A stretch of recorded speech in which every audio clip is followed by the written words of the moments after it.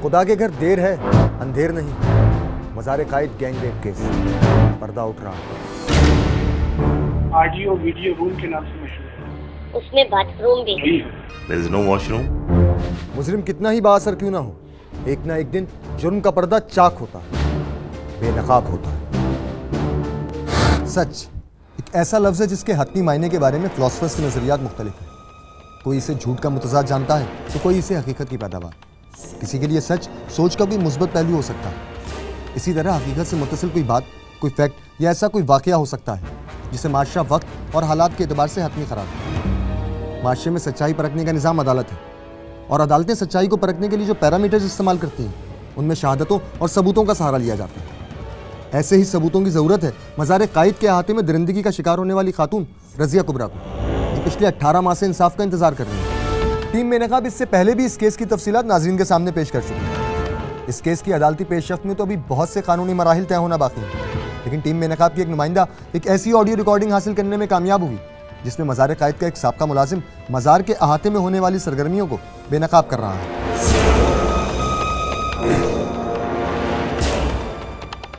इसका क्या नाम है? इसका नाम है इरफान कारकुन। अब आप पहचाने भी नहीं इसको, बहुत बड़े बड़े बाल रखते हैं, दाढ़ी रखी हुई है। इस वक्त इसने हुलिया बदल लिया है, दाढ़ी और सीवीओ पे जॉब की है।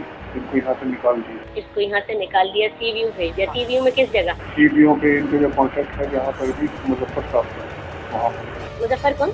मुजफ्फर सब कॉन्ट्रैक्टर हैं कायदे मज़ार के। अच्छा, सब कॉन्ट्रैक्टर हैं कायदे आज़म मज़ार के मुजफ्फर। इन्होंने इनको यहाँ से हटाकर सीवीयू भेजा। इसका मतलब मुजफ्फर को मालूम है कि ये शख्स ने किया है? तो भी मालूम है कि ये कम से कम 5-6 लाख रुपए महीना खर्च हो रहा है। अच्छा, इसकी वजह क्या है? आप क्या समझते हैं कि इसको सेव क्यों किया जा रहा है 5-6 लाख रुपए लगा के?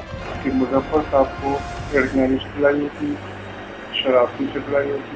अच्छा, उस रात इसमें लाल शर्ट पहने हुई, लाल इसमें पैंट कपड़े पतले होते और ये सारे काम यही करते हैं 2 आदमी, एक ये हैं और एक और है इसहाक साहब। उन्होंने भी गाड़ी रख ली है।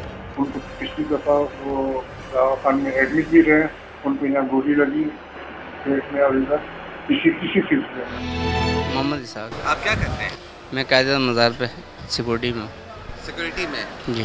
कायदे आज़म के मज़ार की जब लाइट जाती है तो उस वक्त क्या प्रोसीजर होता है, क्या तरीक़ाकार अपनाया जाता है? लाइट तो चली जाती है, फिर उसका कोई हल तो नहीं है। जो पब्लिक जाना चाहती है वो निकल जाती है, जो बैठना चाहते हैं वो साइडों पे बैठे रहते हैं अपने। क्योंकि वो पैसा लेते हैं 2.5 लाख रुपये उनको महीना मिलता है। इनके पीछे है क्या मसला? इसके अलावा क्या मसला है? सिर्फ लड़कियों के अलावा आप क्या समझते हैं कि इनके पीछे कौन लोग? तो 4 थाने हैं, थाना ब्रिगेड और थाना सोल्जर बाजार और थाना जितने भी उस इलाके के थाने हैं। मार्च 2008 में जब ये वाक़या रोनुमा हुआ उस वक्त से लेकर अब तक टीम बेनकाब मुसलसल नाजरीन के लिए हक़ाइक़ जमा कर रही है और टीम बेनकाब का एक नुमाइंदा इस केस को फॉलो कर रहा है। मार्च 2008 में जब ये वाक़या रोनुमा हुआ, काफ़ी सेंसिटिव था ये टॉपिक। टास्क मुझे दिया गया कि इसके ऊपर काम किया जाए और इसको इन्वेस्टिगेट किया जाए। उस वक्त भी काफ़ी मुश्किलात पेश आईं। एक तो ये कि मज़ार की इंतज़ामिया की तरफ से कोई ताउन हमें हासिल नहीं था, अगर था भी तो वो भी एक कह लें कि रटा रटाया एक जुमला था उनका। वो ये कि मज़ार के बाहर ये सारे कार्रवाई हुई है, मज़ार से इसका कोई ताल्लुक़ नहीं है। थाने की तरफ से भी हमें कोई रिस्पॉन्स नहीं मिल रहा था इसके बारे में कि हम जान सकें। रज़िया कुबरा मिल चुकी थी और लेकिन उसका भी मौक़िफ़ जानने में हमें थोड़ी मुश्किलात पेश आईं। सोर्सेस की मदद से हम उसका मौक़िफ़ जानने में कामयाब हुए। इसके बाद इस केस को फॉलो करते रहे हम लोग, तकरीबन 1.5 साल हो चुका है।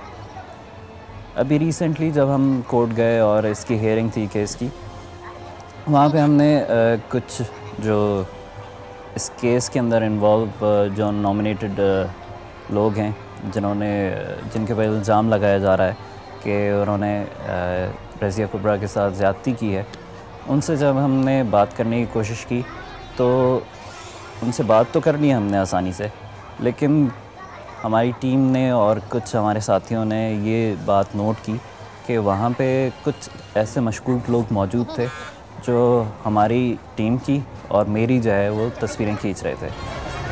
क्या मकसद था उनका ये तो वाज़ेह तौर पे नहीं कहा जा सकता, और किसकी तरफ से आए थे वो लोग ये भी वाज़ेह तौर पे नहीं कहा जा सकता, लेकिन हाईली रिस्की है ये केस।